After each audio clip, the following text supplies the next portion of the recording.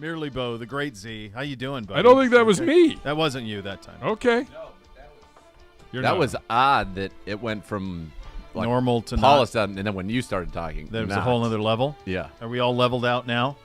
Feels like I mean, on the RBS was in here this morning from some everything time, so. everything looked good. That's why I said make sure you check your headphones. Yeah, but I wouldn't be able to hear him. They were, and then then it wasn't, and then they weren't. Although mine was steady throughout. So we're getting a new audio board next week. Oh, that's wonderful. Wonderful. I don't know what that means. Will it have a cough button / light to illuminate when your microphone is on? I don't have that answer. I would guess no. I would say we're trending no. What's the point? It's so critical. Well, it's going to make it sound part better. Of audio. It's just the most. It's like the first thing. It's step one that they put into a radio studio. It's in the corner, on air. But the powers that be don't view this as a radio studio. Never mind the fact that we do a 2-hour radio show every day. I think we have what do they view it proof as? That it is. What do they view it as? I believe it's a TV studio first and foremost. Except that you don't do TV because there's a giant orange wall behind you. Excuse me, Mr. Dignitary. True or false? There is a daily radio show out of this space. Does everybody in the building know it exists? Yes. Yes, they do. The important people know. The most important people. That's right. You're darn right they do. Should have saw Swag peacocking around here in this outfit he's in today. You talk about coordinating. Yeah. I mean, it's a thing of beauty. Ridiculous amount of coordinating on that guy right now.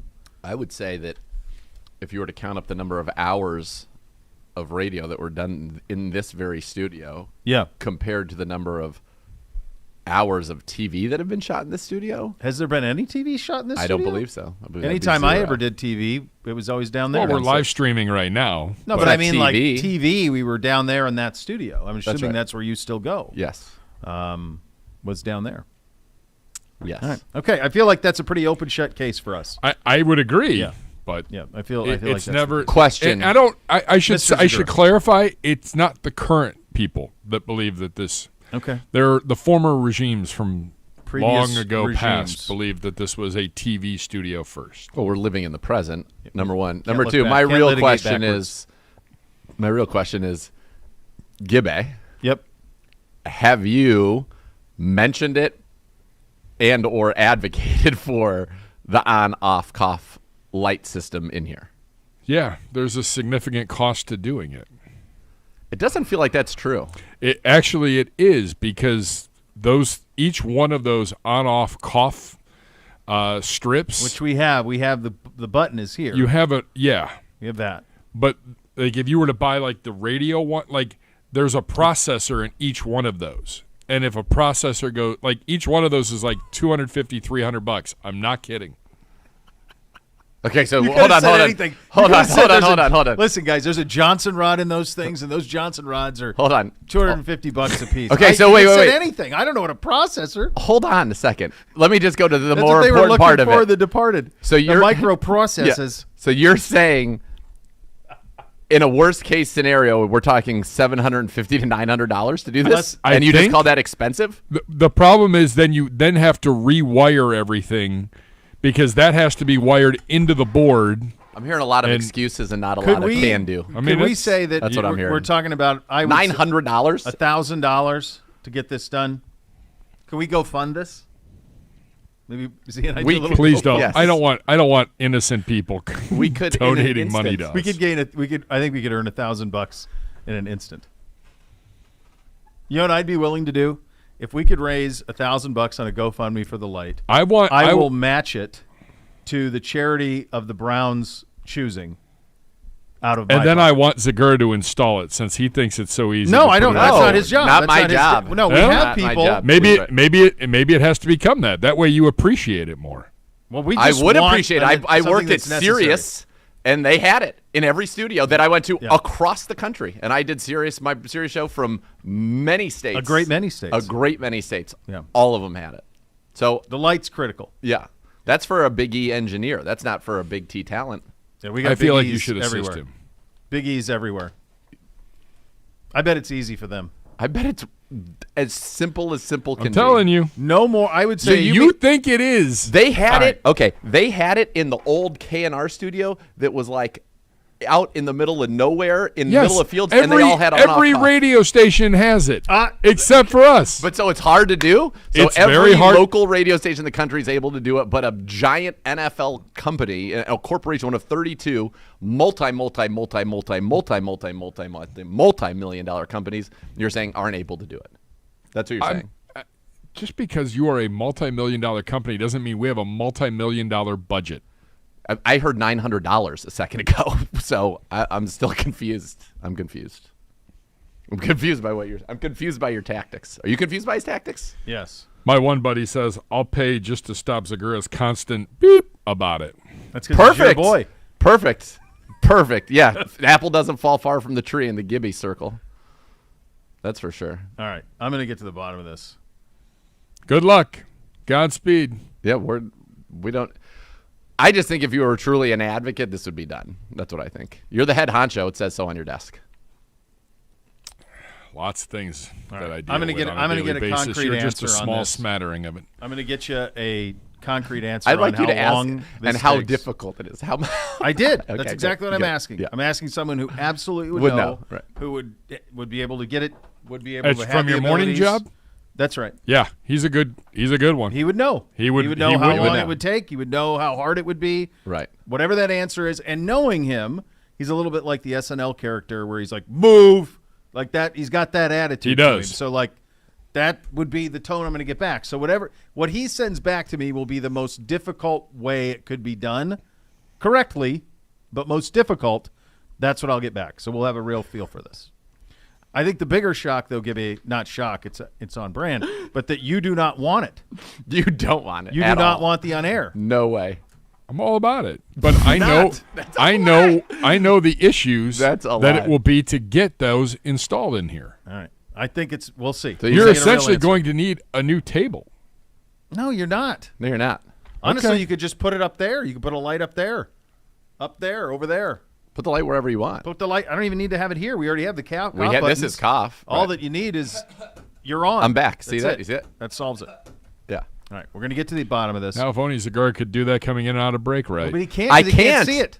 There's no way to know, and I don't talk. He talks. So many excuses. So many excuses, just facts. When we're coming back from You're break, buried just right being now. able to turn it on. You are buried beneath an avalanche of facts.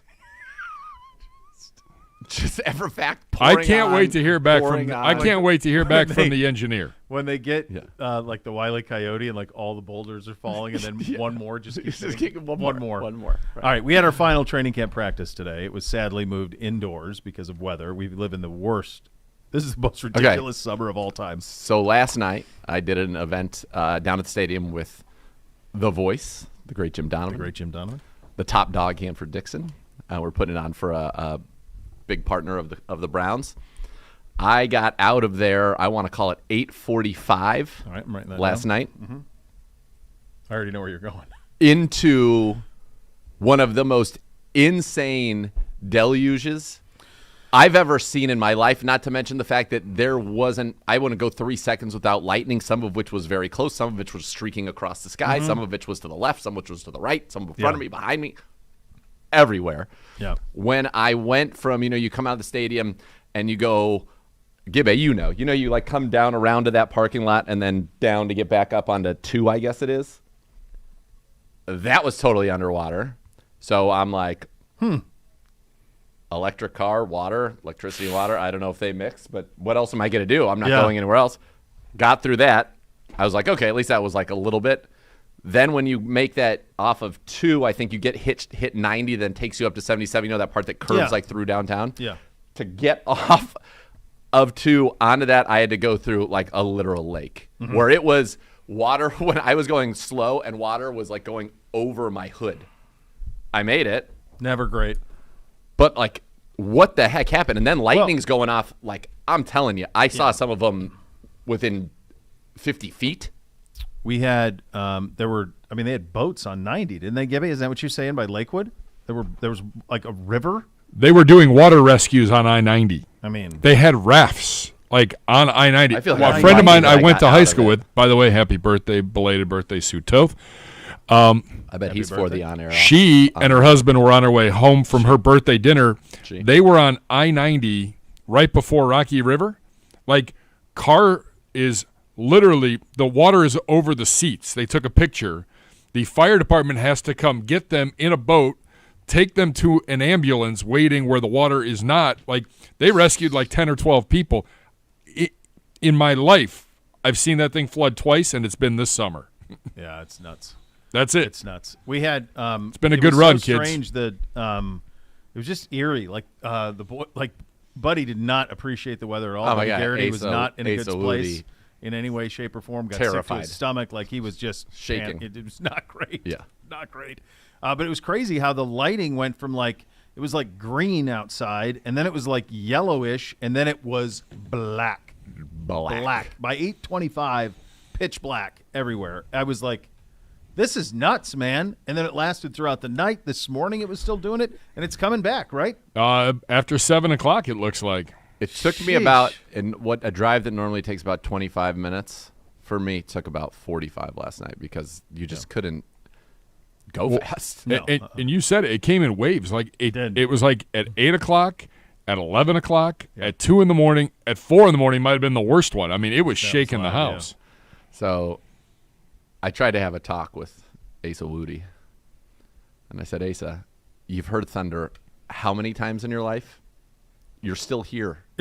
You've never been harmed by it. You were going to reason with the dog? Yeah. It's like you've never been harmed by this thunder. Enough with the shaking and the freaking out and diving under the covers and like literally losing your mind. Like you're fine. Yeah, it's fine. We're fine. Didn't work. Couldn't be reasoned with. No. Could not. Sad.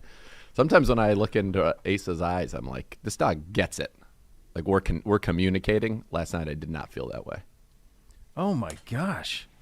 Gus sending me of Pumpkinhead fame, sending me an incredible this picture from 90s crazy. Look at this. Yeah, that's what they were doing. That's I-90. Jeez Louise. Oh my God. Terrifying. That's awful, man. That's awful. So because of all of that, go ahead, Mr. Zagura. Just very quickly because I have to, because it just came to me. Yep. The official Nana will donate to the cause and will follow the instructions and install it herself, she says. Yeah. In your face, because she's tired of seeing her son do dumb things every day. It's actually couldn't be farther from the reason. This is an amazing. Couldn't be further from the reason. This is an amazing response from Greg the engineer. Depends on a lot of factors, he writes. Does the audio board have the ability to provide the tally? Running wiring through the wall, type of light, 12V or 120 volt, etc. A few hours at the most. Why? Is someone dragging their feet? Wait, what was the cost? Buried what was underneath the cost? An avalanche of facts. Ask him the cost. And by the way, if he wants to come in and do this, I would pay him to do it. You're not going to have to. It's not coming out of you. Right, exactly. Yeah, it's not. There you go. Awesome. You turned off your mic again. There you go. See? Mom must be so proud. There you go. Oh. All right. I'll get to the answer. That's amazing, though. Why is someone dragging their feet? That's a good job. Yeah, because he's saying it's obviously not hard. He goes a couple hours at most. All right.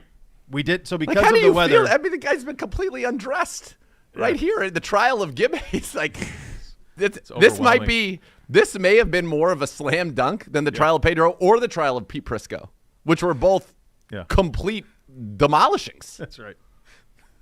Mr. Bailiff, take the colonel. The colonel has his rights. Goodness gracious. Remove the colonel from the courtroom. The colonel has his rights. All right. So because of the weather, though, it was all moved inside again today, which sucks because we've lost the last two training camp practices because of the weather, and they were the last two of the year. So camp officially over.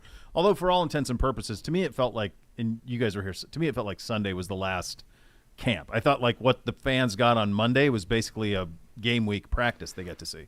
Yeah, and today very much was. I mean, they were, we were only allowed to, from the media standpoint, film individuals in 7-on-7. And the reason for that is because there's game planning going on. And so there were scout team walkthroughs, all of that. So not a lot of action here. This team is getting ready to compete on Saturday for 2025 plays with the Kansas City Chiefs. And then, September the 10th against the Cincinnati Bengals. That's what everything is being geared for and geared towards. That's what this season is about anyway. The preseason is odd. Ours is incredibly odd because it's so long. But again, it does not matter. The Ravens lost their preseason streak on Monday night, 24 games. Yeah. It's over. So what? It was one of the most meaningful only to them and only when you think of it, stats and sports. Yes, 100%. It really was. And it was interesting. It's not like they were playing Lamar into the fourth quarter of these games. Like they're going about their purpose. But in the fourth quarter, if there was a chance to win, they would try to win. Yep. Is what it kind of came down to. We do have a couple of housekeeping notes as well. We've waived quarterback Kellen Mond and defensive end Charles Wiley. Mond joined the team via waivers at the start of last season. He was inactive all of last season, all of the 17 games. Wiley was signed on August 7th. To me, it's funny. Like I think this is just giving Kellen Mond a shot. It's giving him a chance to land somewhere else. Yeah. Look, he had Dorian Thompson-Robinson was clearly going to be the third quarterback. Josh Dobbs is the number 2. Deshaun Watson's your starter. So they're giving Kellen Mond, a guy who's thrown a touchdown in 3 straight preseason games, an opportunity to land somewhere else and giving him a head start on that where maybe somebody can bring him in now. That's what it was going to be. And then with Wiley, he was, unfortunately, the reality is he wasn't going to make team. Did a nice job. He had a sack against the Eagles, so that's something that hopefully he has a chance, to say, hey, look at this tape. I did a good job here. Give me an opportunity. There you go. It is a Mailbag Thursday edition of the program, so hit those up. That's presented by Cross Country Mortgage. Tweet your questions for us at Gibbe at Browns_daily, and we will get to those as it goes along. We are hoping to have Shelby Harris in studio here momentarily. Do you have an update on that, Gibbe? He's post-practice treatment. Okay. I should have an update in the next 5 or 10 minutes. Okay, all right. So we'll take a quick timeout. We'll go around the league, and then we'll have a better handle on when we can Shelby take our time. We're good. Will we join? You want me to? I have some other thoughts we could do here in this. No, opening segment. that's what we can go around the league and your other thoughts. All right, so we'll go around the league. Before we get to that, though, that was the hot topic portion of the program presented by Vivid Seats. Head to Vivid Seats to purchase the brand new Premium Terrace Experience. Your ticket comes with a pregame field pass parking, all-inclusive food and beverage, and lastly, a $50 Browns Shop gift card. Visit vividseats.com or download the app today. Vivid Seats, the official fan experience partner of your Cleveland Browns. Mr. Zagura. What's that? That's a switch with an on-off cough. Exactly what we need. That's it. Yep. Do you want to go ahead and guess the price for one of those? $5.99. $100. I think get this done in 2 or 3 hours for less than $1,000. That's how I think that's going to go. We're getting to the bottom of it. We're sorting it out. I turned around looking at me, goes like this. I don't like. I don't know what to tell you. Like processors. Your research into this was zero. Was literally zero. None. Zero. Absolutely none. None. Processor. You just started like. That's what Martin Sheen was trying to find in The Departed. The microprocesses. Oh my goodness! This needs to go it's up an all-timer. Yeah, this is Wednesday night taped quality. It's all there for you, kids. You listen to Cleveland Browns Daily, brought to you by Ballybet, sports betting partner your Cleveland Browns, coming soon to Ohio at 850 ESPN Cleveland.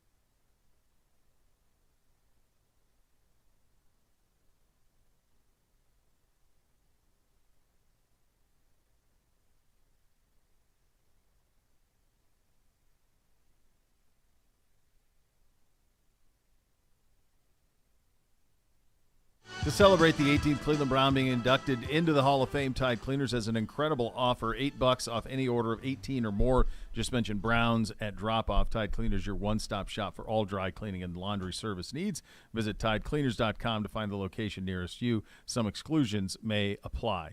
No, one more. There you go. I don't know why I can't even hear it in my own ear anymore. Like, I'm fully blind on this. Yeah, I know. That's all right. We'll get you through it. We'll sort it out. Try. Let me ask you this. Yesterday during our show, Grant Delpit walks off. Hey, he's fine. He's fine. Fine. Stinger, no big deal. Fine. Good to go. He might even play on Saturday against the Chiefs. Thank goodness. Yeah, totally fine. That was a nothing to worry about there. That was a bit of a dicey one. The team of your youth, the team of Pedro's current, the San Francisco 49ers, Sam Darnold is going to back up. Trey Lance is on the block. Yep. On the block. What will they get for him? I don't know. You look back at it, a historically bad trade, but incredibly did not sink them. Normally when you do that, that sinks you, that sinks your coach, that sinks you. When you whiff that bad and give up that many assets to get a quarterback, and it is a total fail, you're not usually going to the NFC Championship game. You're going to the Super Bowl. It's over. It's done. And that has not been the case for them. His brilliance as a coach saved his mistake as in evaluating quarterbacks. It's twice that him and his dad have, and he was in Washington when they did RG3 and then Cousins in that same draft. RG3 was different, though. RG3 was great out of the gates. He just shredded his knee, and then that was kind of the end of it. He didn't have the same speed. And remember, he didn't know how to slide because he was a sprinter. Yeah. He wasn't a baseball player, so he didn't know how to slide. Remember how awkwardly he would try and slide? Yeah, you got to fix that. Yeah, couldn't sort that out. It is really it's one of those things where, like, people say, well, you can't second guess it. You know what you know now. We were second guessing it in the moment. Most were. This was a guy who played 7 or 8 games at North Dakota State.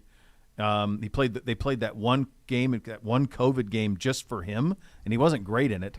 The best team he played against in college was George Mason. He's played so little football.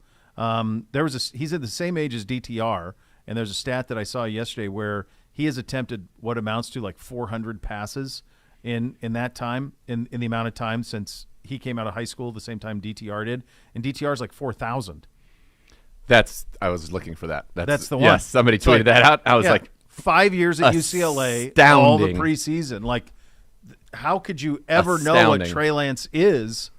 It was just such an incredibly audacious gamble based on his makeup and traits, but not film, not anything you'd seen on the field, but just, I'll turn him into something.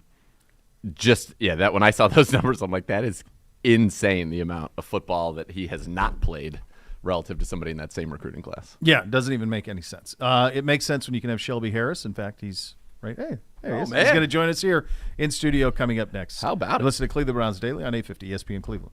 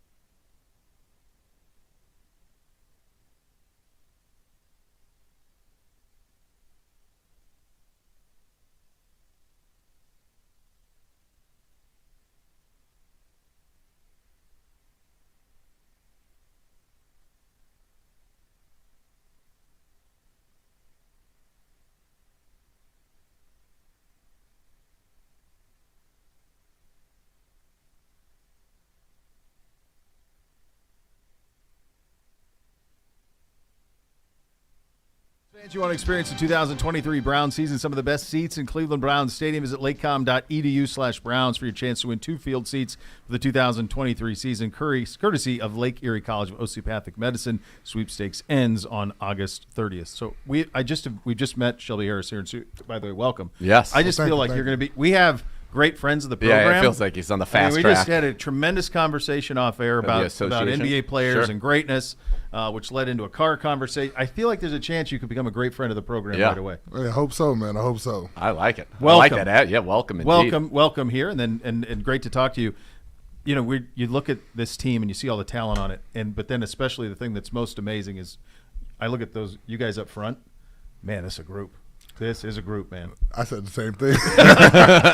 I'm not like that was really a big reason why I wanted to come here. Just to be able to play with guys like that. I played with Von, but that was it. There was just Von. Like you got Von, you got Z. I mean, now you got Miles, you got Z, you got Dalvin, you got Obo, you got Jordan. Like it's just, it's depth. And when you're running a system like this under Schwartz, you need depth at the D-line. So you said that was a big part of it. How did your kind of free agent tour go, and what was the final reason where you said, okay, now's the time, I'm coming to the Browns? It was interesting. Obviously wanted to miss a little bit of camp, but nothing wrong with that. Honesty is the best policy. You're a veteran. 10th season, you're fine. Yeah, you're good. You're good. I'm not going to lie about that. I wanted to miss a little bit of camp, but then – when we started talking to teams and started doing, went to visit Denver again. But I live in Denver, so literally just after my workout, I just went and drove over there real quick. But no, then did Denver. Was talking to a couple other teams. But what really sold Cleveland was when I came for my visit, they invited my wife. And if you know anybody that's married, that's the easiest way to convince somebody is to go through their wife. My wife felt part of the process. She felt like, that Cleveland was doing things. And I felt this too. I felt like Cleveland is doing things the right way, really getting things, prepared to ascend and to the next level. But then just what I really respected is a lot of women that work here. And it's different than a lot of, NFL teams where it's a lot of women in positions of power.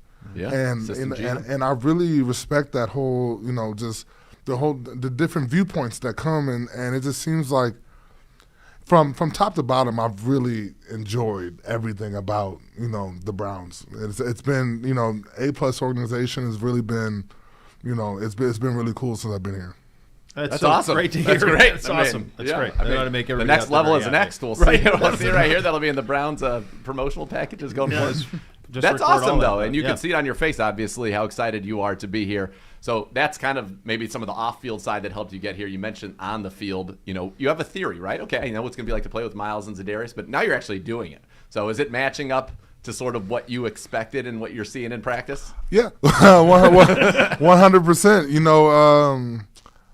Miles is one of the best football players I've ever seen in my life, and Za'Darius is one of those guys right behind him. He's just obviously I've been around 10 years, but the level of knowledge that, the depth of knowledge that they actually know playing the game and what they actually look at, I'm learning stuff from them. And awesome. And I just, and Dalvin, the way he works with his hands and stuff, I'm learning stuff from him. It's just I couldn't have asked for a better group of not just guys, not just football players, but of men. They're top, everyone's top notch. Everyone is truly, I truly enjoy it. So you said you were with Von, and I would imagine there are probably times that Von made it difficult for an offense to practice.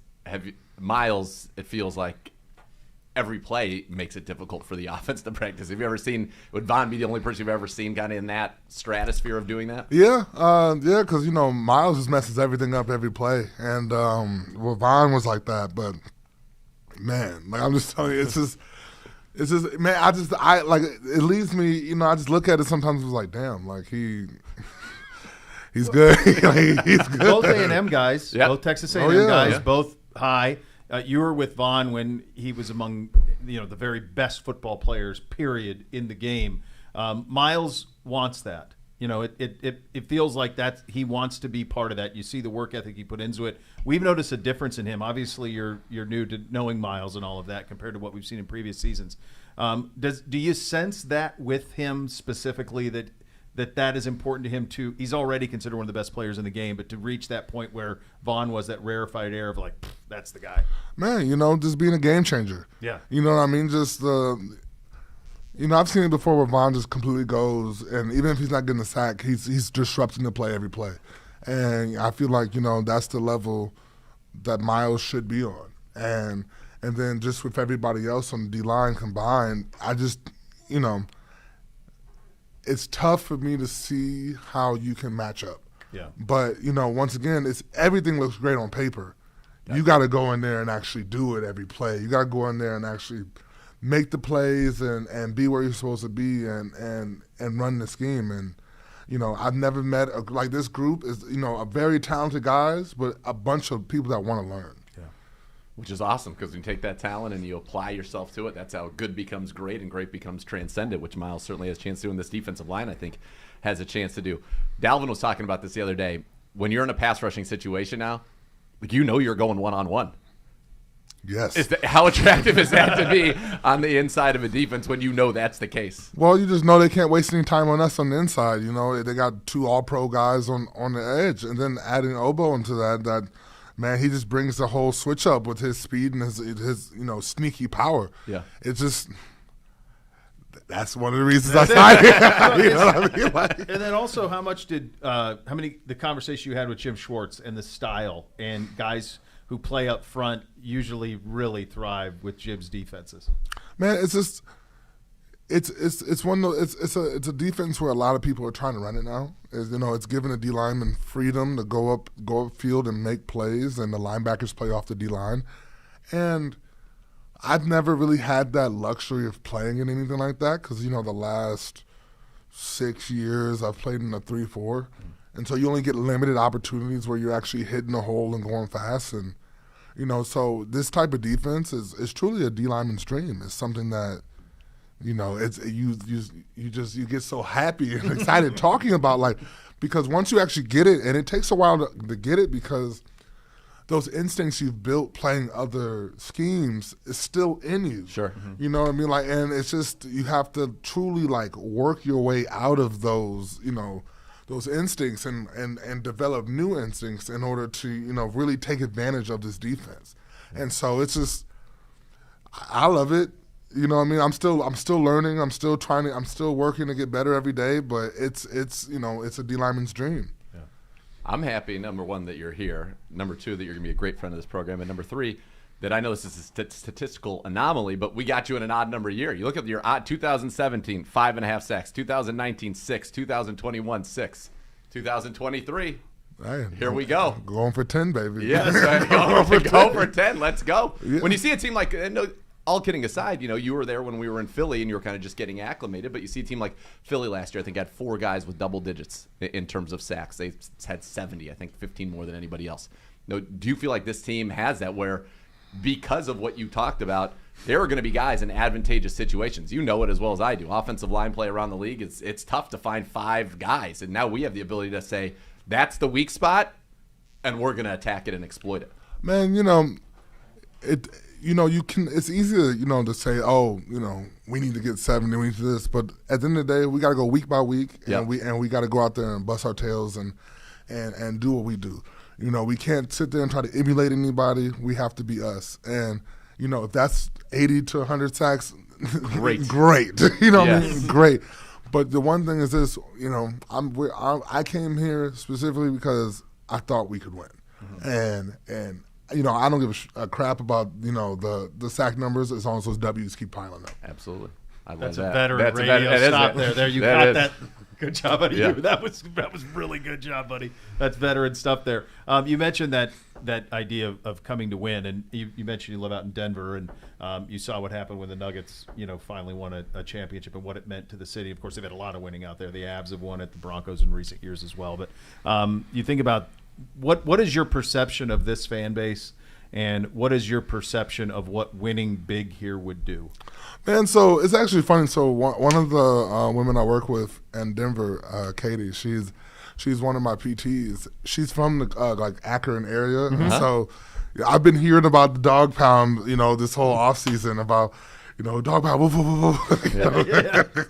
I love it. I love everything about it. Like, I love the fans that are passionate about their team. The fans that means they care. The fans that are going to show up. Oh, yeah. They're still showing up when you guys went 0-16. Mm-hmm. Those are the fans you want to play for. Those are the fans you want to win for. Because those are the fans that have been, yearning it. Like, just like the Bills fans going through all those crappy years, and now, Bills Mafia is over, doing good again. That's what the Browns fans deserve, and that's what I hope to, we hope to bring to them. No, I think you're going to have a lot of fun playing in front of the dog pound. That's going to be great. And you've got, you've played early in your career. You were in Oakland with the Black Hole. You were with Seattle with the 12s in that stadium, and then obviously Mile High in Denver. So you've been in some good environments already. But I want to go back to Oakland, and I know that you started your career there. Our guy, Jason Tarver, a great friend of this program, was there with you. And I was talking when we were, it had kind of been rumored that you would come for a visit and things like that. I was talking to him, and he's a huge fan of yours, obviously. Is it cool to see like a familiar face from the beginning of your career, which probably feels like another lifetime ago? Man, so it's actually funny. This whole coaching staff I actually have, pretty much ties with. So let's see. I had Tarver my rookie year. He was my DC in Oakland. And now, we had a great year together. I didn't play much, but, I learned a lot, under JT and really got to, see the ins and outs of football. Musgrave came in the next year, and he was the OC. Uh-huh. So then I had Musgrave over there. I had T.C. McCarthy in Denver. I had Musgrave in Denver also. Then Stump is actually one of my good friends' godfathers. So I'm telling you, it's just like this whole coaching staff was like, meant I know to be. you. Yes. No, but it's just it's crazy because actually it's funny because I ran into JT. I was talking to him the other day, and he's just like, man, I'm so proud of where you've gone. Because who would have known the 7th-round pick 235, and 2014 would still be around, and we have a reunion of old coaches. You know what I mean? So it's crazy, but and this is what I always tell you about the young kids, and I tell the young players that don't ever burn bridges because you never know when you have to walk back across it. Because in this league, everybody's connected. Oh yeah, it might not be this year, might not be next year, but maybe 6 years down the road. A coach you used to have can sit there and vouch for you for your character and be like, I like him. He's a good guy. And so, it's always just crazy when you meet up with old coaches and stuff and you guys have been apart for a while, but JT is my guy and we had a great 2014. Is he the same now as he was then? Because like we talk about all the time, full of energy, shot out of a cannon. Loves ball more than anybody. He'll walk by here and just like come right on into CBD and sit down with us. We love him. Is he kind of the same guy that he was back then? Oh, yeah, 100%. He always, awesome. Every day coming out to practice, always had all the energy. He was always, always riling the guys up, and, he hasn't changed one bit. That's awesome. This is it's a nervy time for what you were when you came in, 7th-round picks, those guys towards the back of the draft. When you look back on how you have, you've defied the odds. Like it's tough for those guys to have the careers that you've had, and you see the guys that are fighting for it on our roster. Have you done this in other parts of your career? Do you have conversations with young guys and talk to them about how tough this is and how dicey these moments feel for you at that time when you're living in those moments? Yeah, man. My biggest thing I talk to young guys about when it comes to these type of moments and when you get towards the end of the end of camp, all those games you go out there.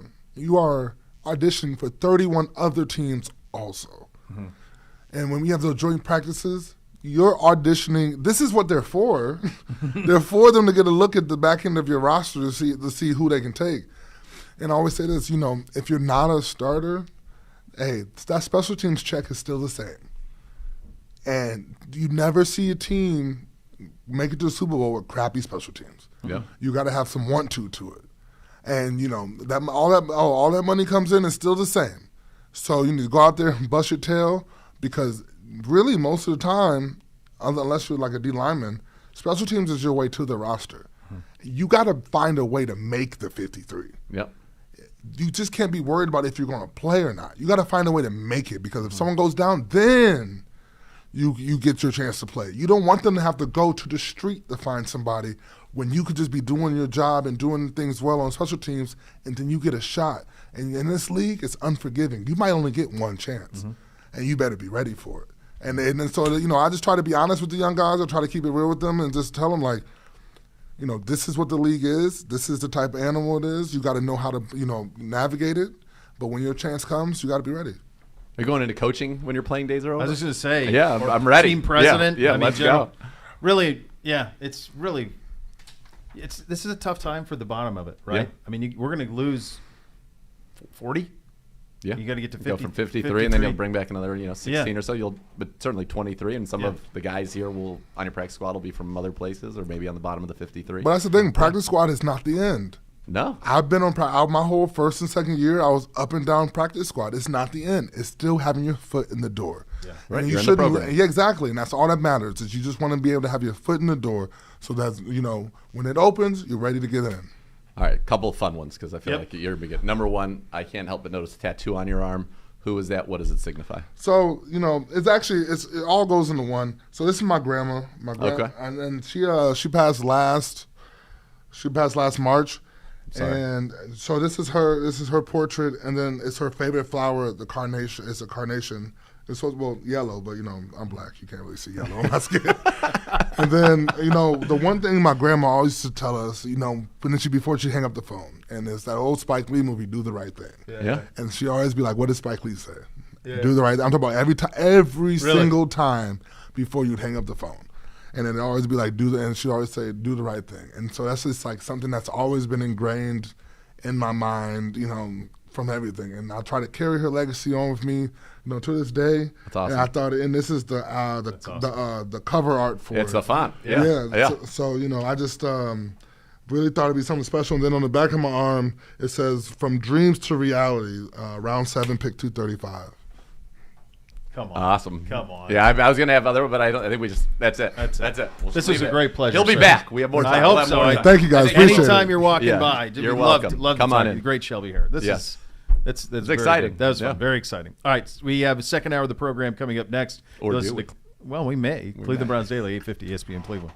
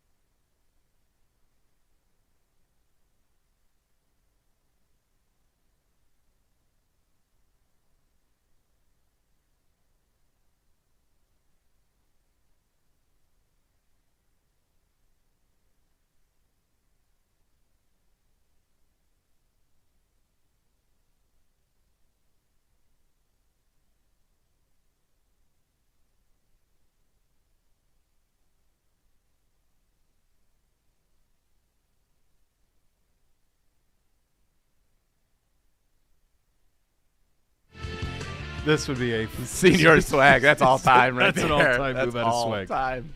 Jeez. What a legend. That's incredible stuff. Incredible. I don't know if I've laughed this hard in 1 hour in it's quite been a some minute. time. The trial of Gibbe. Trial of was Gibbe, unreal. and then We've got a lot of now great commentary on that, by the way, on Twitter. Lots. Gibbe, I don't know if you've noticed. We have. I have not.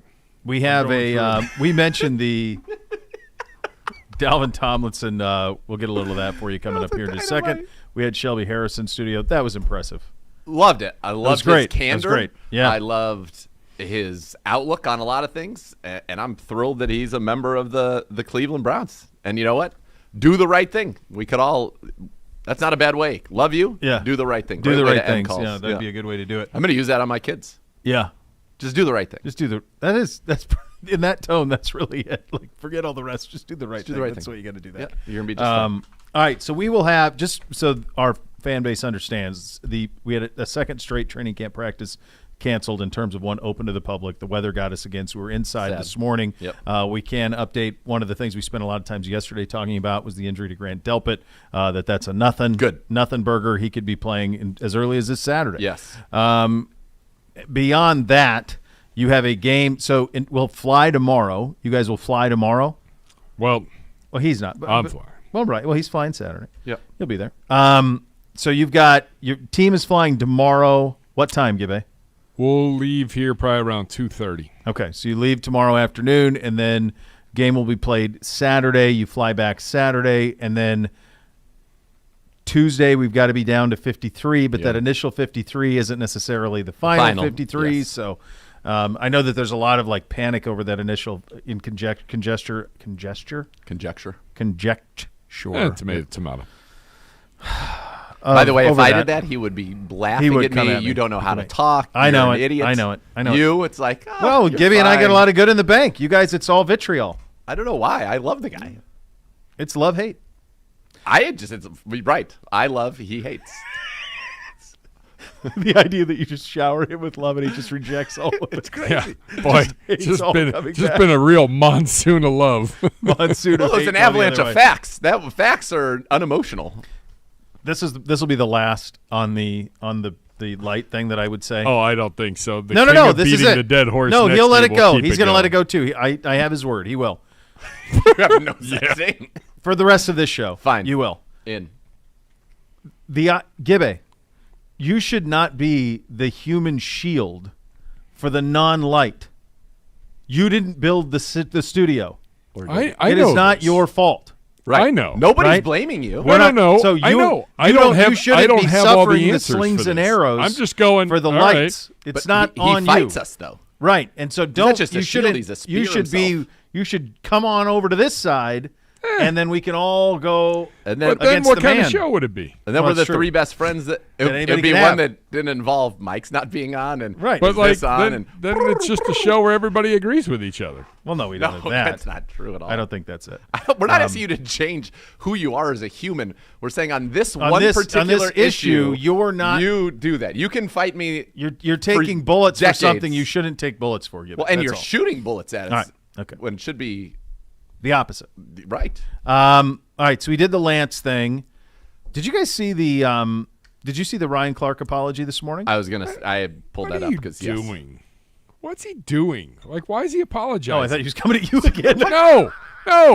Why is he? I'm stepping in on this because I listened to the entire 2 minutes and 26 seconds. This is why he's because Come on, dude. Because he's apologizing because what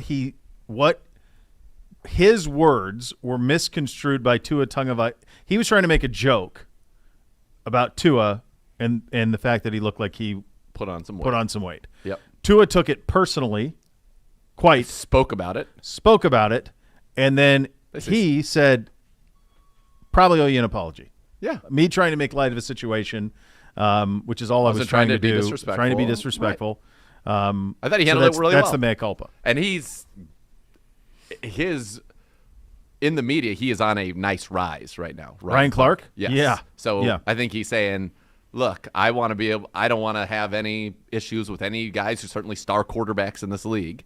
So let me take the high road and do it. And I don't think did he need to necessarily apologize? No, because I don't think what he said in the context of how it was said and was necessarily bad. But once Tua then made it a big deal, I think it was very smart of him to do that, and I think he was very earnest in it. Because like Tua's like, I'm from an island family, like we'll fight you basically, basically, right. Which was a rather steep escalation, something that people around here know nothing about. The other thing that I don't like, I think Clark was smart not to die on this hill. Agreed. Like, this isn't anything. It wasn't worth it. Don't further this. Like it doesn't do him any good to do be that. Combative, like right. he doesn't. If be combative about something else, and he will be. He is on many other things. But on this, it was smart, I think, to jump off of. He did say.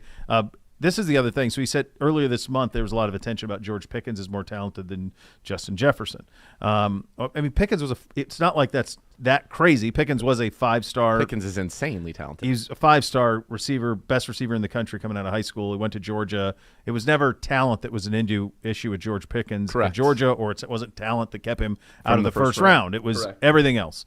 But I think what happens is, when you're relatively new to this game, and Ryan's relatively new, especially where he's at ESPN, where like you're doing however many hours of television or radio a day, and they want you to say stuff that is thought-provoking. Right, that gets a response. Right. And sometimes when you do that, not that he's doing that here, like I understand how this would be misconstrued because Jefferson's considered by most the best player in the NFL that isn't a quarterback. There's a difference between being the most talented and being the best receiver in the NFL. Justin Jefferson's the best receiver in the NFL, and I think everybody would agree with that, and that's because of how he uses his talents, the manner in which he goes about his craft, all of that. Yeah. But I don't think it's a crazy thing to say, for example, that Trey Lance is more talented than Kirk Cousins. Or Mac Jones. Fine. Yeah. Kirk Cousins has been wildly successful in this league because he has maximized. I think he's gotten everything out of his talent because of what he did. So to say that, and I don't think it's crazy to say Trey Lance is probably more talented from just physical gift standpoint. Yeah, it doesn't mean he's a better quarterback. In fact, he's a third-string quarterback on his own team. Right. So I don't. That one, I think people are saying when he's saying he's more talented, he's saying he's better. That's not what he's saying. He's not what he's saying. He's saying just from if you were to go from a raw tool standpoint. And my guess is we could look this up, and it's not hard, and maybe I'm wrong about this because I haven't ever looked it up, but that perhaps when you go to like his Spark profile, maybe he's got more athletic gifts. I think he's a little bit taller. I think Pickens is a little bit taller than Justin Jefferson. Is he like 6'3", and Jefferson's like 6'2", and I don't know what they ran at the 40 or what they high jumped or what all of those things, but that's a different conversation than who's a better receiver. Justin Jefferson's the best receiver in the league. Period. Full stop. But that doesn't mean George Pickens isn't a talented. Yeah, Pickens is tall. Pickens is 6'3". Yeah, Pickens is a dude. Yeah, and he's obviously going to the Steelers was probably a great place for him. Bought into that culture. Mike Tomlin's got him fully bought in, and he is out there dominating. Justin Jefferson's 6'2" tops. I want to say might even be 6'1", but I think he's 6'2". So, yeah, Pickens coming out of. Yeah, 6'3.5", 190, 5-star, number 4 receiver in the country, number 24 player in the country coming out of high school. Yeah, talented, just raw talent. And Jefferson is amazing. Obviously, a talent in his own right. Didn't have any of the off the field issues. Want to say like 18th, 22nd, somewhere in that range after the Stephon Diggs trade, and has blown up and been dominant every year, and I'm very sad. I got him in his rookie season and had him for the last 2 years, and now he's no longer going to be a Sooning snake. I also think that, it's interesting. Jefferson was only a 3-star. So from a talent, gifts. Yeah, you can identify those early, and that's physical traits. Sure, and that's a big part of it. I'll tell you something. Pickens also. I mean, I'm not crazy about throwing a lot of praise over there, but like. He went to the perfect place for him to have, for him to be nurtured. Perfect. Yes. Tomlin was perfect. Yep. I don't know if that would have been the case had he been drafted here at the time when we would have been drafting. Now, I would feel very differently about drafting somebody like George Pickens. very different feel about this operation than there was the time when he came out. Totally. Yeah. And so I think you're exactly right about that. One thing I wanted to bring up, I watched the third Hard Knocks last night. Yeah, so did I. I watched the last half hour of it. And in that, Jets, Corey Davis has announced his retirement at age 28, which was very much a surprise. But maybe it was he saw Allen Lazard he wasn't really going to play him. I don't know what happened there, but I think in his health, he wanted to make sure he had his health about him. So good for Corey Davis. But going back to this Jets thing, two things have jumped out to me at this. All right. At this point, and Miss K watched that with me last night. She's like, unless he had a complete personal and personality transformation, like he had to be this cool. Now I know some people as they age, they soften and they become more gregarious. But he seems to be pretty incredible, Aaron Rodgers. As a guy, as a teammate, all of it. Seems awesome. So that's one. The other thing is Robert Saleh seems pretty awesome too. I like his style. I pretty like energetic. His mannerisms. I like his energy. Yep. I like that leadership, whole speech on leadership that he did, or competitiveness, the competitors and the four. And just the way he kind of interacts with the team. I come out of this show being like, this team is going to be the Jets are going to be very good. You and I have been saying that all summer, just based on their talent. But then when you get a window into them, to me, it just confirms it even more that they will be. The video montage of Garrett Wilson was awesome when they were like that unveiling of him of like who's going to be that guy, and they're like, then they hit that music and it was him doing it, and I can't remember who it is. I think it's Braylon Edwards and Mark Sanchez that are talking to Rodgers. Oddly, Edwards, he really had something in common with. I don't know what that's from. Would Braylon have been in Green Bay at any point? He was a Jet. Right, but like when would he have ever – how would Rodgers – it was like Rodgers knew Braylon Edwards. Were they in the same draft class or something? Like, let's see. I don't know what the connection was there. Maybe they're both California guys from the same – No, Braylon's from – well, he played at Michigan, but I don't know, like, is he a California kid? I don't believe so. I couldn't figure out what the connection was, but it was very much like they knew each other. Yeah, and like Sanchez we're tight. Coming up there. And Sanchez was acting like he was a big shot, and you could be like, okay, all right, Mark. And the hair and his hair tie is great. Yeah.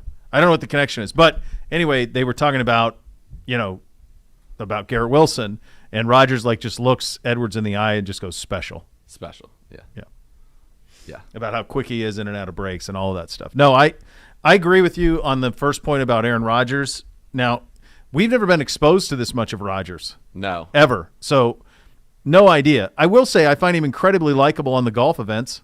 Braylon from Detroit. Yeah, that's what I thought he was from. So he's from Detroit. And he was in the 2005 draft. So there's no... And he played as in Would he have ever been Jets, in Green Bay? Never? Niners in 2011, Seattle briefly in 2000, and at the end of his career in 2012. So no, never. Crazy, right? I mean, his 1,289 16 touchdown season in 2007 for the Browns is, when you look at the rest of his career, is a shocking anomaly. I always felt like 2007 was like the football gods giving the fans of Cleveland here. And you couldn't get all of it. You couldn't even get to the playoffs. And they ruined it when the Colts sat Peyton Manning in the last season. You still went 10-6. Like you kind of had like, oh, this is what it's like to have a fun football team. And they were good.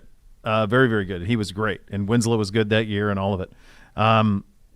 Back to but this is the most we've ever seen of Rodgers. So maybe this just is what he is. And maybe he just has a real problem with like Gutekunst and those guys running the Browns. The Packers. Or the Packers, I'm sorry, yeah. And Peter LaFleur. Maybe. It's hard to believe that he hard. This is, by the way, his show. 100%. We are 3 episodes in. He talks. If you're going to split up the percentage of talkers, he is the most and Saleh's second. 2. It's those two. It's their show. It's for their sure. show. There's not even anybody. No. Nothing Quinnen else. Williams. Quinnen, Garrett gets a little, but that's about it. Yeah. Yeah, not much. And I think, I thought it was fascinating too, in the preseason game when Rodgers is over there, and he's like so locked in on everything. Loves Zach Wilson. Loves him. And I wonder if it's because he's like, this guy idolizes me, so I better like. Too often when people actually meet their idols, they're cruds, and it doesn't. So maybe that's part of it too. He's like, I got to be what he wants me to be. But he's so cool, Zach Wilson, and I love when they threw that touchdown at the end and the tight end ran the wrong route. He's like, run the wrong route, get the ball, run the wrong route. And like when the guy was coming off who had just scored a touchdown in a preseason game was probably pretty juiced about it. Yeah. They were all killing him, and he kept saying, punching the tight end coach. Great coaching. Great coaching. Yeah, great job. I was like, this is unbelievable. It was. One other thing around the league, former Cardinals first-round pick, our guy. Dos Unos. Isaiah Simmons was traded to the Giants for a 7th. Come here. A 7th? And apparently the Giants are pumped. I bet they are. Wink Martindale is pumped. I bet they are. They got great athlete. Obviously, it hasn't panned out for him. Well, didn't he have like 5 sacks last year? Let's see what he did. I mean, it's amazing to me. Like I would have. He played in a lot of different systems. Like I would have loved him in here with that athleticism for a 7th rounder. So last year he's got. He has 2021 he had 105 tackles. Last year he has 99 tackles, 5 tackles for loss, 4 sacks, 2 forced fumbles, 7 passes defense, 2 interceptions, and a pick 6. That's a 7th? And they got him for a 7th round pick. They're like, what am I missing? They don't want to win. No, I understand that, but why wasn't the rest of the league consulted and say, hey, we're putting Isaiah Simmons on the market. What's the best? Does anybody have any interest? And like the best you can do is the Giants. Here's a 7. I know he needs a new contract. Like I get it, but like, I feel like I'd kick the tires. Somebody was like, he got traded for a 7th. That we were idiots for like him. I'll take him right now. 204 tackles, 5.5 sacks, 14 passes defense, 6 forced fumbles, and 3 picks the last 2 years. Sure. Yeah, I'll take that. I don't understand it. I'll take that. By the way, some news out of Denver. Go. Jerry Jeudy took an end around and then grabbed his right upper leg. Looked like his hamstring. He was visibly upset. The cart came out to get him. He had trouble getting on, and teammates came over before he was taken inside. He needed help getting off of the cart and getting inside. He just can't stay on the field. Injury, personal stuff, just can't do it. When a medical mistake caused your injury, call the medical malpractice attorneys at 1-800-ELK Ohio. Elk & Elk's proud partner of your Cleveland Browns. Dalvin Tomlinson from the podium coming up next. You listen to Cleveland Browns Daily on 850 ESPN Cleveland.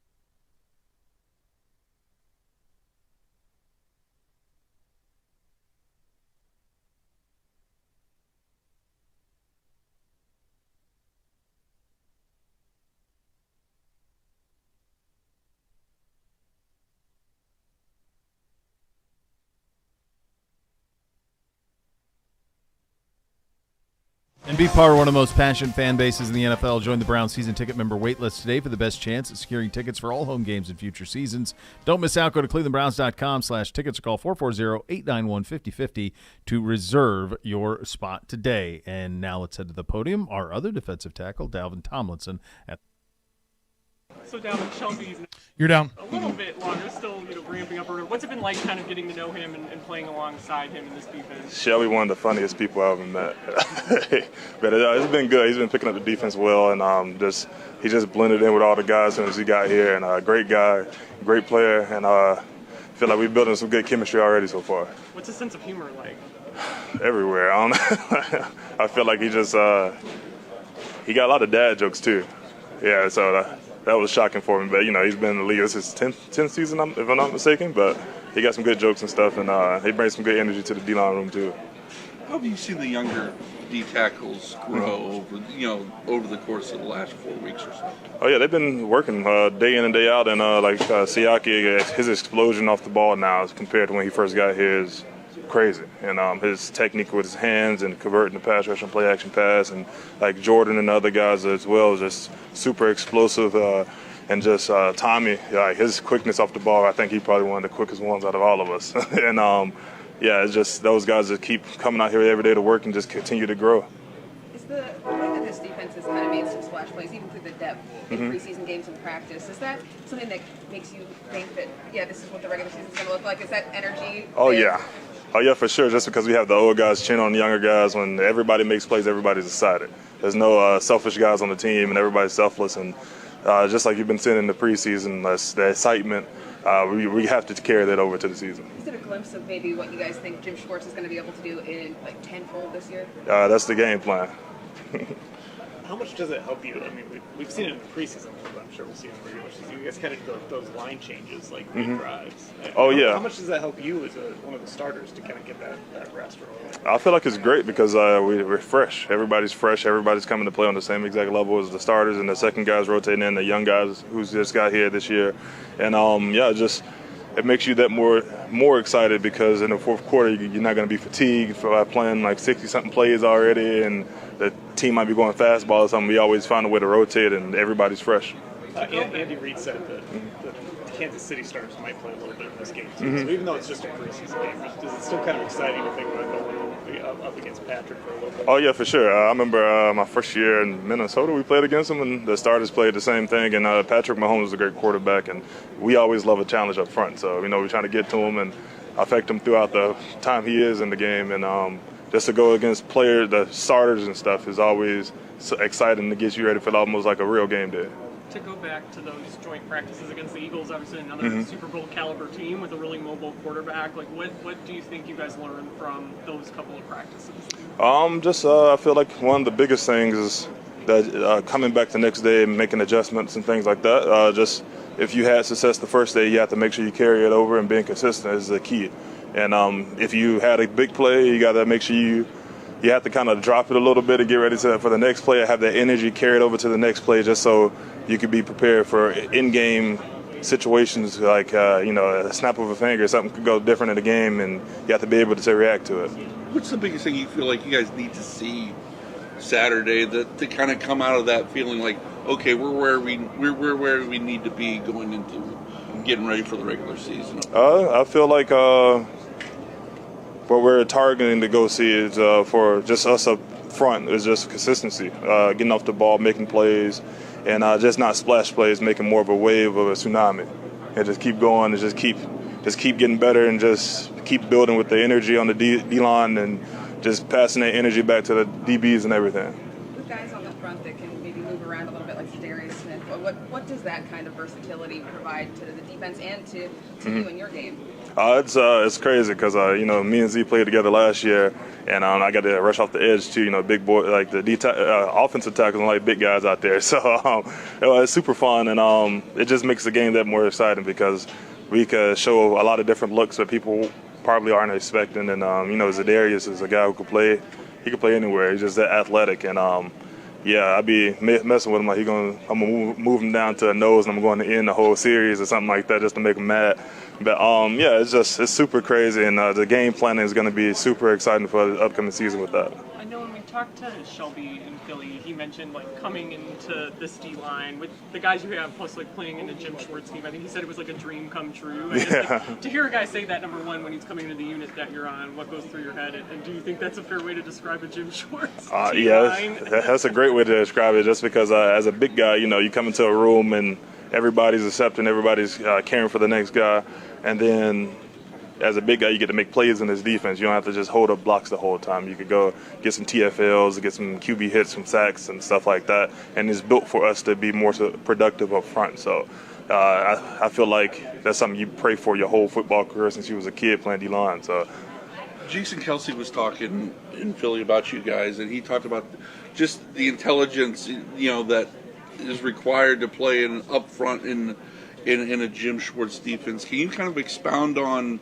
I mean, this is a guy you're facing. Can you kind of expound on that? And because it seemed like it would be like keep it simple, kind of a keep it simple system, but it's quite. It sounds like there's almost a complexity to it as well. It's just. I guess it comes off as super simple, but just like Kelsey had said, it could be very complex at times. We can switch up a lot of different things, and Coach Schwartz do a good job of making the simple things complicated for the offense. And just the plays we can run and the schemes and the players we have I feel like you don't get players like this all the time up front. And just the different plays we can just run and the stunts and stuff like that can be super complex for an offensive line because you can't always pick it up. Played with Za'Darius obviously before, but like when you see him and Miles paired up out there, are there any moments when you're out there too that you're like, oh wow, or whatever? Like it's showing like just a glimpse of what they could be together. Oh yeah, for sure. Especially when Obo comes in too, and I got those three guys. I'm just like, I might actually get a one-on-one, and I don't got to worry about the double team because you have to respect all three of them, and all three of their pass rushes is crazy. I'm still trying to learn some stuff from them, and when I'm out there with those guys, it's just like, you know what? This is something special, and I can't wait to week one. Dalvin, when you guys are in there watching the film, these practices, does Miles ever do anything? Back at 30. Oh yeah, Miles is Miles will pretty much take the young guys and stand up in the front of the room just to explain a simple detail for them, just to improve their pass rush to a whole new level. And Miles is he's super. He's been energetic ever since I got here, giving good energy, and just like the way he's been leading the young guys, like the DNs and stuff like that, is just he's actually teaching them on new levels and even teaching me some stuff, like, because he's looking at things from a whole different point of view, and I feel like in our room we can all learn from each other, and that's the biggest thing. You're up. All right, if you're keeping score at home, that is twice that you cannot, that as a defensive tackle on this show, you cannot help but be excited to the point of almost giddiness. Yes. At being able to play with this defensive line. Yes. So Shelby was like that here in so studio. was that in studio. And that was Dalvin at the podium. So pay attention to the scores on all those kids. The mailbag coming up next. You're listening to Cleveland Browns Daily, brought to you by Bally Bet, sports betting partner of your Cleveland Browns, coming soon to Ohio on 850 ESPN Cleveland.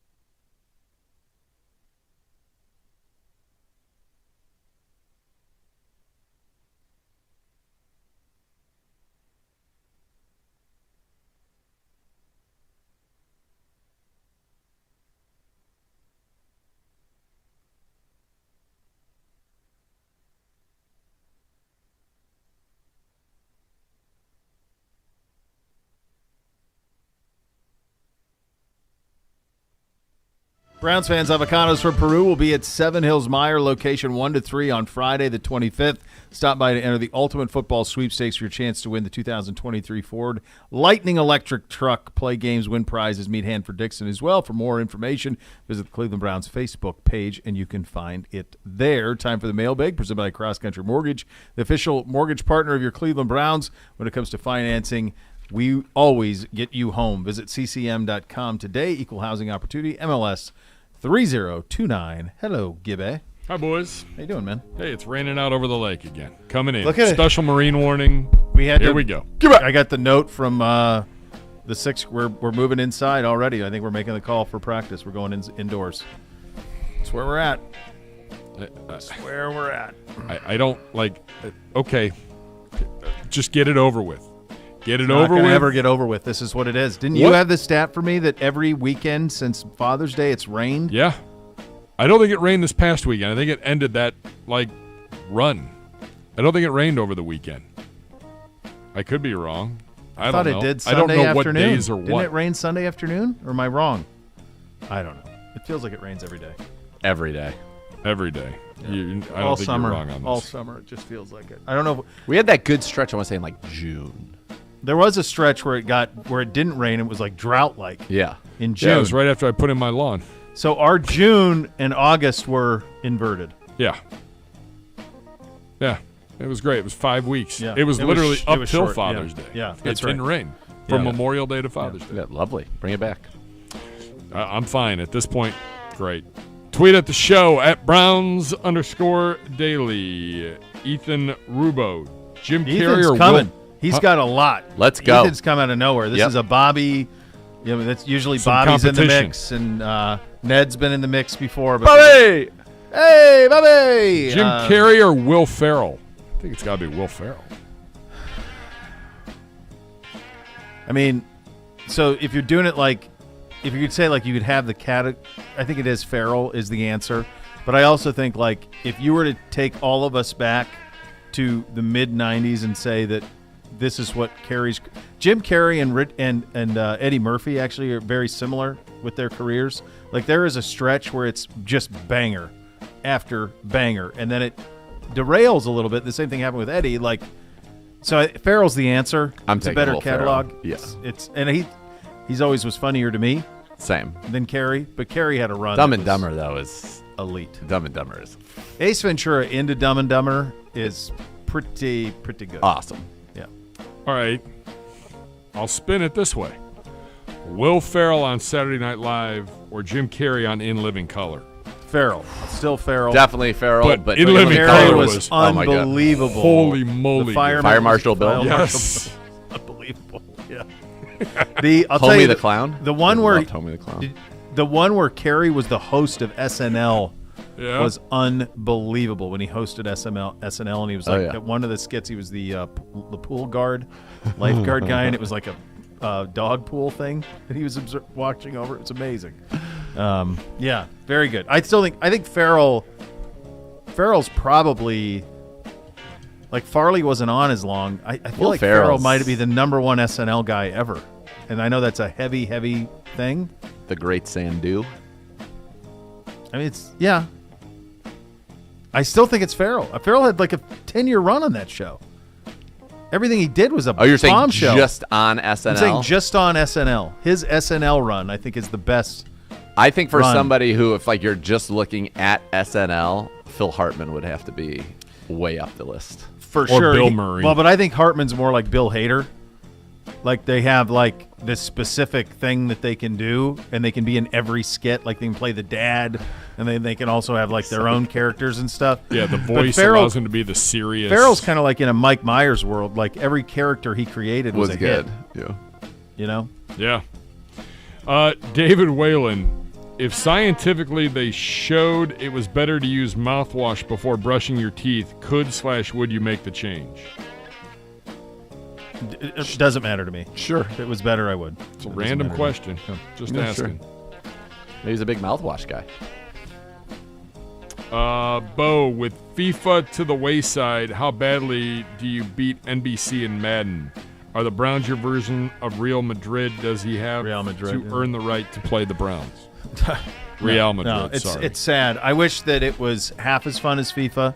There was a 3-week window this summer where FIFA was the most fun that I had, and he never earned the privilege. It was always too much of a weight for him to bear.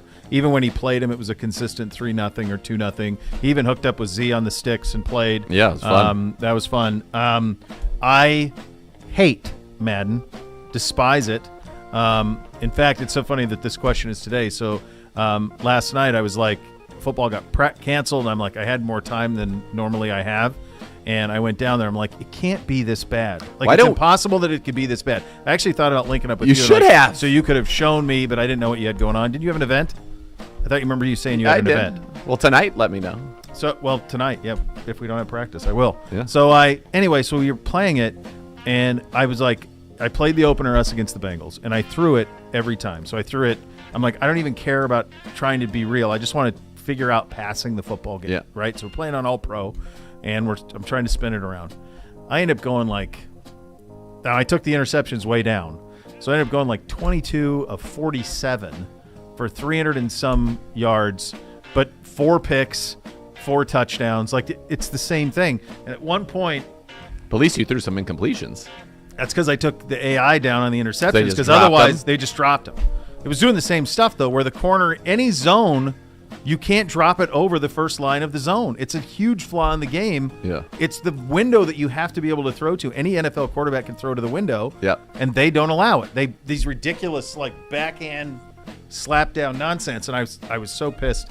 And he was doing this thing where he's like, throw to X, throw to A. And I'm like, will you shut up so I can just relax?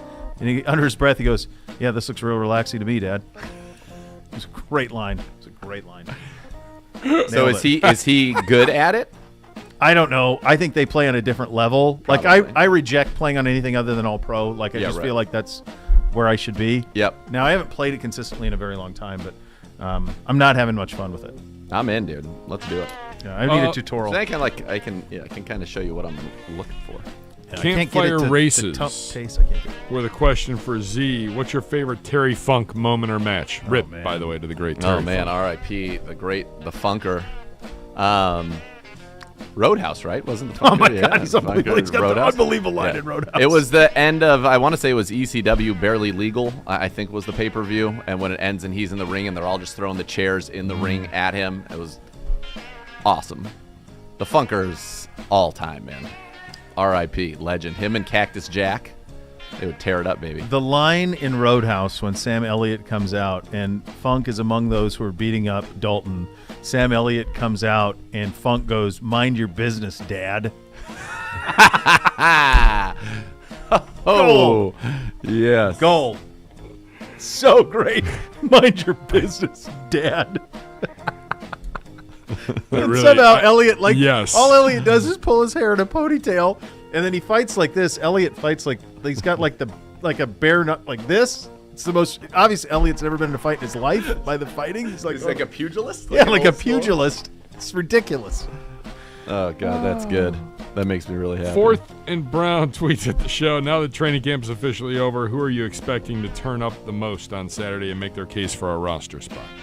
How many roster spots are open Saturday?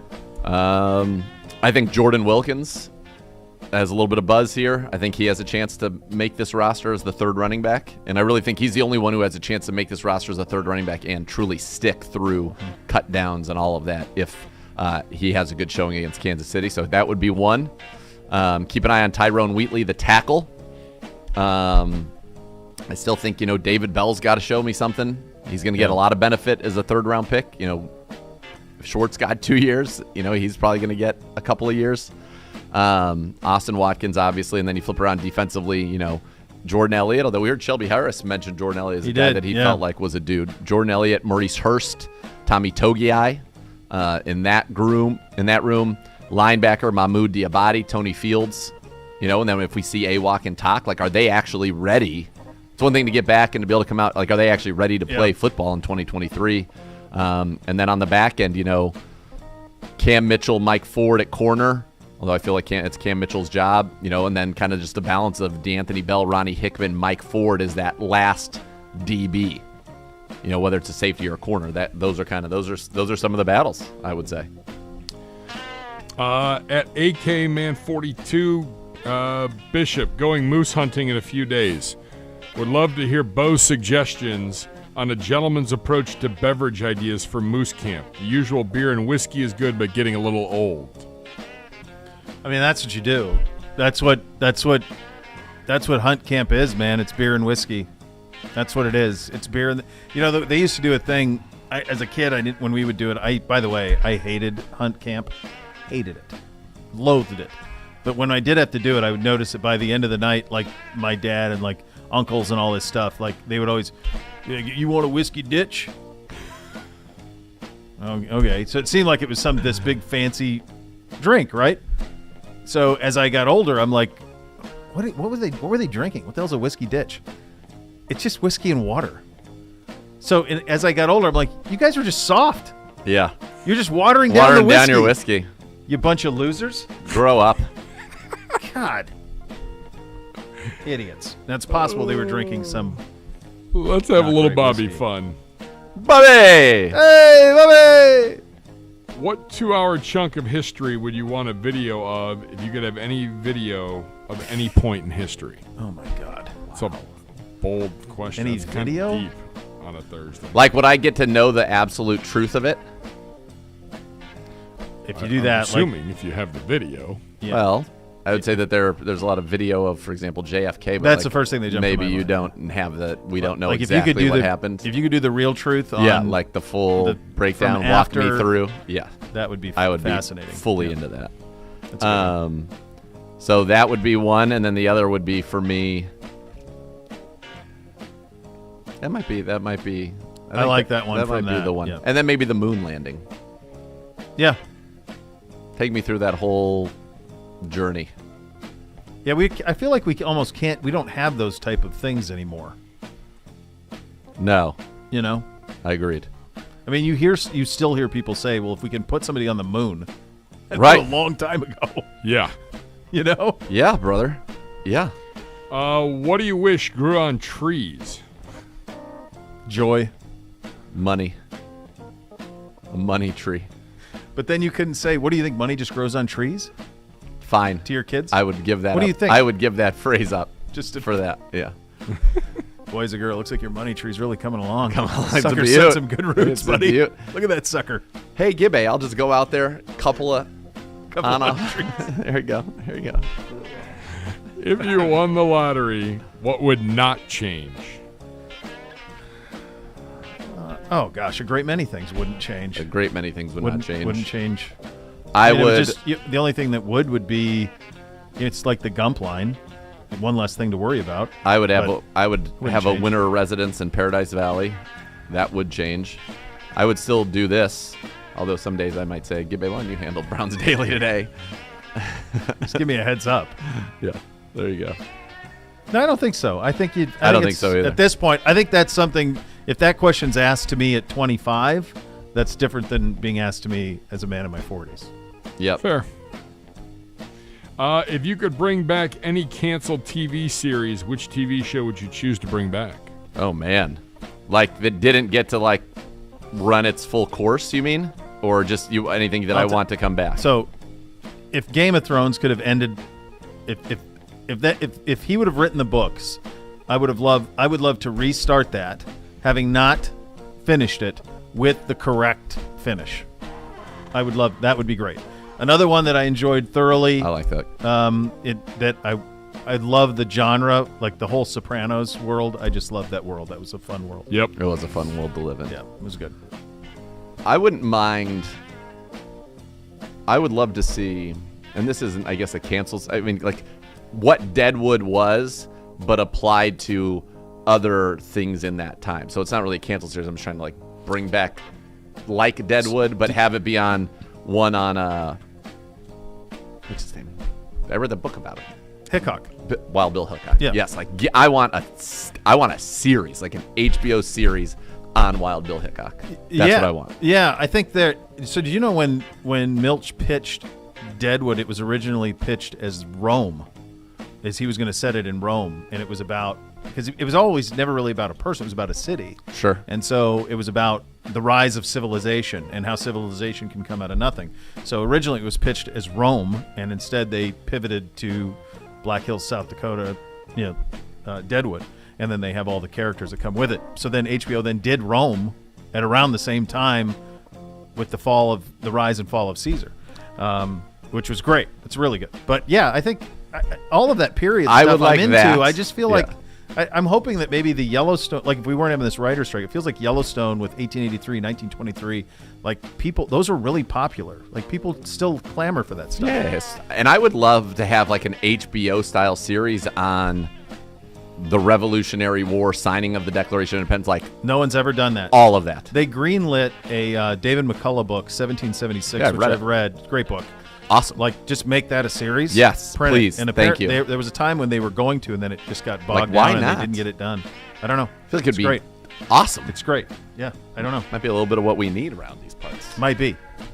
From Bobby, what's the weirdest thing a guest has done at your house? Somebody who will remain nameless once gotta be careful, micturated upon my carpet in the upstairs walkway, and I said, "What are you doing?" And he said, "I'm going to the bathroom." I said, "But you're not in the bathroom." And he said, "What?" Oh, jeez. So so that would be my answer. That's correct. I can't top that. I did have somebody who was not a family member go into a guest's bedroom and take a nap, which I thought was an odd choice. Thought that was odd. Yeah, that is an odd one. Yeah, that is an odd one. That was an odd one. And finally, Spirit of CBD was today the greatest opening segment in CBD history. I don't think so. No, but it was probably it's up there. It's up there. It's in it. That something from that opening segment will be in when when CBD's inducted into the Hall of Fame of Big B broadcasting, or when I leave, and we do the montage of all the great moments.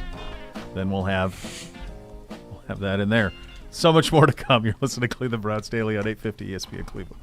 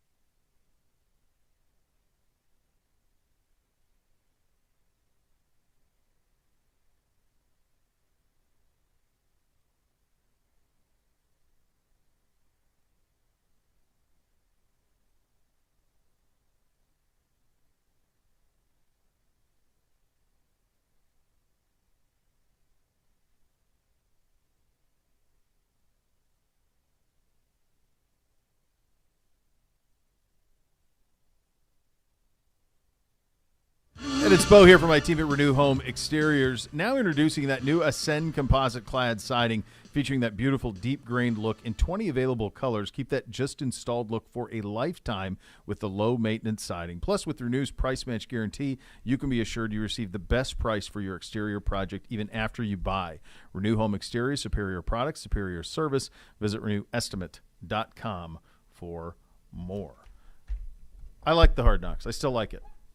I'm still into it. I watch it every year. I watch every episode. Same. I know some people are like, it sucks. I couldn't disagree more. I still think it's incredible. You're getting a great deal of access to an all-time great. It's been fun. I like Solid, too. I'm with you on that. I think it's been very fun to watch it. 90-90. And by the way, training camp over. We're on. This is like, it's on, baby. It's, again. Travel to Kansas City tomorrow. Chiefs game. Cut down Tuesday. Boom. The timing of all of this, though, it's still awkward to me. That you're going to play a game Saturday and then you're going to be off for 2 weeks before playing. Off in terms of like, yeah, we're going to be practicing, but there actually will be some actual time off before playing a game. Like, to me, the old schedule I preferred. Play the games on Thursday, following Sunday, week 1, let's Nobody go. would play in that game. So the principals, it's this exact same schedule for the principal players. It is, but it's also not because, I mean, everything I saw at Kansas City was Mahomes isn't playing. Is not? Is not, because he's played in all the preseason games to this point. I thought Reed had said these starters were going to play a little bit. Well, maybe I read it different. It's possible that I misread it, but I thought I read this morning that Mahomes wasn't going to play. Well, I mean, listen. Have you seen anything on that, Gibby? I've heard rumblings they may not play some of their guys. Well, why would they? They've already played in 2. What do I need to see more from Patrick Mahomes? Yeah. I'm not running Justin Ross or anybody you think you're going to count on. 30-30. 105 degrees on that football field. Yeah, there's no purpose. So it's just nobody knows how to do it. So it's just that part's frustrating. There's no guidelines for this training camp under the current schedule. But yes, it is over, and soon enough we'll be on to the Bengals. The next level is coming up next. Thanks for listening, everybody. Cleveland Browns Daily, 850 ESPN Cleveland. I'm not sure you're going to